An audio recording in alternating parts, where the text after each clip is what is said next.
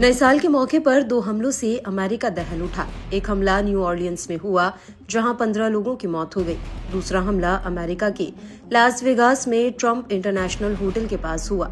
New Orleans में जहां ISIS के कथित आतंकी ने ट्रक से लोगों को रौंद दिया, वहीं ट्रंप होटल के पास धमाके में एक की मौत हो गई।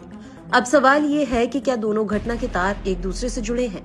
क्या इन दोनों हमलों के पीछे आईएसआईएस ही है? फिलहाल इन दोनों घटनाओं से अमेरिका सहम चुका है। जो बाइडेन से लेकर डोनाल्ड ट्रंप तक का पारा हाई हो चुका है। एफबीआई को न्यू ऑरलियंस अटैक में टेरर एंगल मिला है, इसकी जांच में जुट गई है। दरअसल अमेरिका में नए साल के मौके पर न्यू ऑरलियंस में कैनाल और बॉर्बन स्ट्रीट मार्ग पर बुधवार तड़के अचानक चीख पुकार मची। करीब तड़के 3:15 पर एक शख्स ने भीड़ में ट्रक को घुसा दिया। लोग बचाओ बचाओ चिल्लाते चिल्लाते भागने लगे। जिधर ज्यादा लोग भागे, शख्स ने उधर ही ट्रक दौड़ाया और सबको रौंद दिया। इसमें 15 लोगों की मौत हो गई और 30 से अधिक घायल हो गए।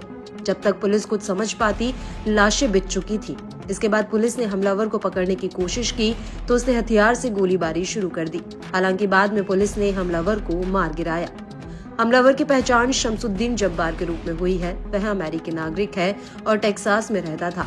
वह अमेरिकी सेना का पूर्व जवान रह चुका है। उसकी उम्र 42 साल थी। उसने जिस ट्रक से भीड़ को रौंदा, उसमें आईएसआईएस के झंडे लगे थे। ट्रंक से पुलिस को हथियार और विस्फोटक डिवाइस मिले हैं। एफबीआई इसे आतंकी घटना मान रही है क्योंकि हमलावर की गाड़ी से आईएसआईएस इस्लामिक स्टेट समूह का झंडा मिला है। साथ ही पुलिस को मुठभेड़ के बाद एक हैंडगन और एक एआर शैली की राइफल मिली है। अब जानते हैं ट्रंप होटल के सामने क्या हुआ। डोनाल्ड ट्रंप के लास वेगास स्थित होटल के बाहर बुधवार को टेस्ला साइबर ट्रक में विस्फोट हुआ। इसमें सवार एक संदिग्ध व्यक्ति की मौत हो गई। इस घटना की भी टेरर एंगल से जांच हो रही है। टेस्ला साइबर ट्रक में मोर्टार और ईंधन के कनस्तर रखे हुए थे। अब सवाल है कि क्या इन दोनों घटनाओं के तार एक दूसरे से जुड़ते हैं? तो इसका सीधा सवाल देना मुश्किल है, मगर जो नई डिटेल सामने आई है उससे साफ है कि इसमें कोई ना कोई कनेक्शन तो जरूर है। न्यू ऑरलियंस ट्रक हमला हो या फिर ट्रंप होटल के बाहर विस्फोट, दोनों में किराए पर ही गाड़ी ली गई थी। टूरो एक कंपनी है जो ऑनलाइन ऐप के माध्यम से वाहन मुहैया कराती है।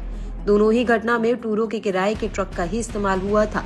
न्यू ऑरलियंस हमले और ट्रंप होटल में हुए विस्फोट में इस्तेमाल किए गए ट्रक जिस कार शेयरिंग ऐप से किराए पर लिए गए थे, उस टूरो ने कहा है कि कंपनी दोनों घटनाओं की जांच कर रहे अधिकारियों के साथ सहयोग कर रही है। एफबीआई भी अब दोनों मामलों को जोड़कर देखने की कोशिश में है। यहाँ ध्यान देने वाली बात ये भी है कि भारत में भी अब रेंट पर गाड़ियां मिलती हैं।